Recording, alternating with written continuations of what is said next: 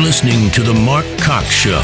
Find everything Mark Cox at 971talk.com/Cox. The contract with the American voter that the president signed included 10 pieces of legislation. Right now, he's 0 for 10. Only one of those has actually been introduced. Right. And I think that we're going to continue to work with Congress. As he says in that document, I will work with Congress to achieve these, and we are going to continue to work with Congress to achieve those. But why have 9 of them not even been introduced? I think when you look at what he has done in terms of the Supreme Court justice, the executive orders, the number of legislation, there's a lot that has gotten done. I don't think anyone, I remember very clearly the first few weeks, and still to some extent, the comments that got made about the pace that we were keeping, and we have kept. The president has been extremely busy, and I think when you recognize the amount of issues that he's tackled, the amount of progress that he's made, it is very significant. So Spicer having to, again, spend time today defending the president on this false deadline of 100 days by which you're supposed to have accomplished this, this, and this. I know he said he hoped to get that stuff done, but, there's a learning curve with legislation, and particularly when the legislators are mired in the swamp that you want to drain. Kind of difficult. Plus, they frankly faltered on a couple of that stuff. Paul Ryan bears part of the responsibility. The fact that the Republicans have a majority and can't get together on Obamacare is another issue, right? And tax reform can't happen until after that happens. Well, will we or will we not see a replacement for Obamacare this week? We're joined by Professor Allan Saxe from the University of Texas at Arlington. He's a political science professor. Professor, what do you think? I'm really disappointed that the Republicans haven't been more organized in presenting this alternative. I agree with you very much. I'm not sure what's going to happen with replace Obamacare. I don't know if it's going to happen this week or not. I've heard various reports, the House Representatives, that they have the votes. But I'm not so sure of it. This is a very complex bill. It's over maybe 2,000 or 3,000 pages of legislation and hundreds more pages in administration. So I don't know if they can do that by this Wednesday, but President Trump is pushing it hard. He wants to show something. But it looks like that the Republicans are saying that they have their act together in the House, but I'm not so sure. They have to reach a compromise between the more conservative elements in the House that derailed the bill a couple of weeks ago, the so-called Freedom Caucus, and the more moderate Republicans. And therein lies the problem. If they can do that, we'll get a bill. If they can't, it's probably not going to happen this week. But President Trump, I think, is making the big push. What they really want to do this week as well is tax reform. And again, I don't believe it's going to be a bill so far, but they're going to outline the parameters, the plan that President Trump has to pass. And it's not going to be voted on this week, I don't believe, but at least we'll know the outlines of it. And among them is going to be perhaps a drastic reduction, maybe an elimination, of the corporate income tax. And that, I think, is really driving the stock market much higher in recent sessions. Yeah, I saw the market was up quite a bit today, and somebody credited it to the vote in France and maybe the possibility of a tax reform bill this week. It's all pretty confusing. If I could get back to healthcare for just a minute.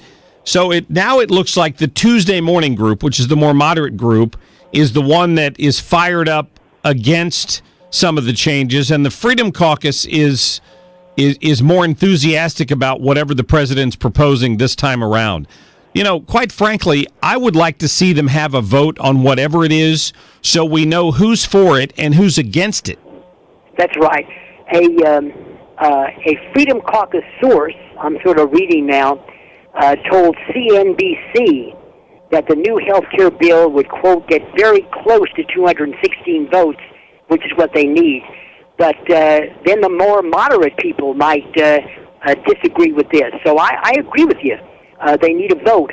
But it would be very embarrassing to President Trump and the Republican administration, the establishment rather, if it fails on a second try. Yes, sir. I think they really have to get their act together before they present it in the form of a vote. So I would respectfully advise President Trump and the Republican establishment, don't do anything until you have the vote. It would be terribly embarrassing, and there's nothing more than the media perhaps would like at this point than to embarrass President Trump. Kind of underlines the point of view that campaigning on making change and draining the swamp is a lot different than governing once you get there. Oh, absolutely. Congress has its own way. Even within the Republican majority, it is a very torturous task to get something done. The 100-day thing that a lot of people are talking about these days, which I think will be on Saturday for President Trump, 100 days. It goes back to Franklin Delano Roosevelt, right at the beginning of the Depression, early 1930s. I think in 1933, well, the Depression had already been going on, but we were reaching the depths of it in the early 1930s. And he got a lot of legislation passed right after he became president, and it was called 100 Days. And since then, everybody's tried to use that model, that template, for other presidents. And I think President Trump might have promised a little bit too much when he talked about, when I come into office, you'll see all these bills passed. What he has done is, by executive order, is get rid of a lot of regulations. He has done that.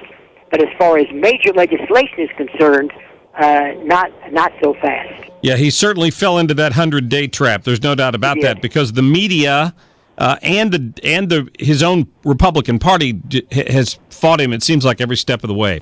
That's been a disappointment. There's no doubt about it. So, for one last question here on tax reform, there's a lot of focus on whether or not this would only benefit the rich. I think that's what Chuck Schumer is claiming this week. And then I think the Democrats are going to argue that probably no matter what kind of tax plan President Trump is going to come with. However, there's one interesting thing that I've heard suggested that President Trump may do to bring over some of the more militant leftist parts of the Democratic Party, and that is to increase taxes on the extremely wealthy, not just the wealthy, but the extremely wealthy. And that may be interesting if he does that. I've heard that suggested. I have not heard that from President Trump, but that would be a good way to sort of block any of the criticism that you're helping the rich. Raise taxes on the extremely wealthy, cut the taxes on middle class, get rid of the corporate income tax or reduce it dramatically, as we already talked about, and that may be a good outline to give. I've also heard it said that he wants a revolutionary new kind of a tax policy, but I doubt if we're going to get rid of 70,000 pages of taxes in one fell swoop. I think the libertarians would love that, but I don't believe that that's really going to happen.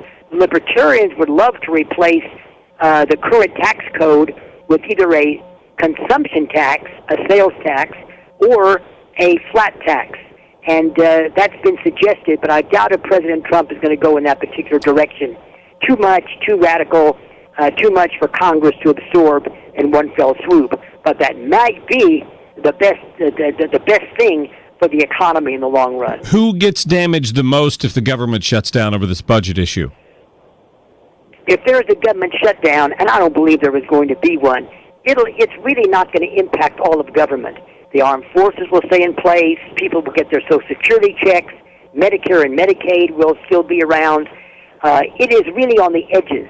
The last time we had a government shutdown was in President Obama's administration.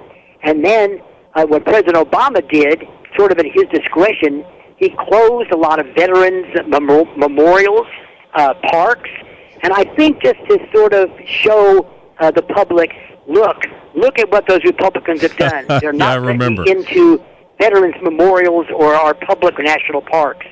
And a lot of Republicans jumped on him and said, he didn't have to do it that way, but he did. But it didn't affect the broader population in any dramatic way. So if there is a government shutdown, it's not really a shutdown, and I don't think we'll even come to that. Very good. Professor Allan Saxe from the University of Texas there at Arlington, thanks so much for your time. Thank you, sir. It's always appreciated. All right, so there's a little insight into what may be coming up this week on this whether there's a vote on Obamacare or not. I always enjoy Dr. Saxe because he's got a good grasp on history, particularly that 100-day thing. That standard everybody seems to be held to these days, and it all started back during the Depression with FDR. So we know enough negative things came out of that, although my grandfather's spinning in his grave to hear me say that, if I can just say that. All right, coming up.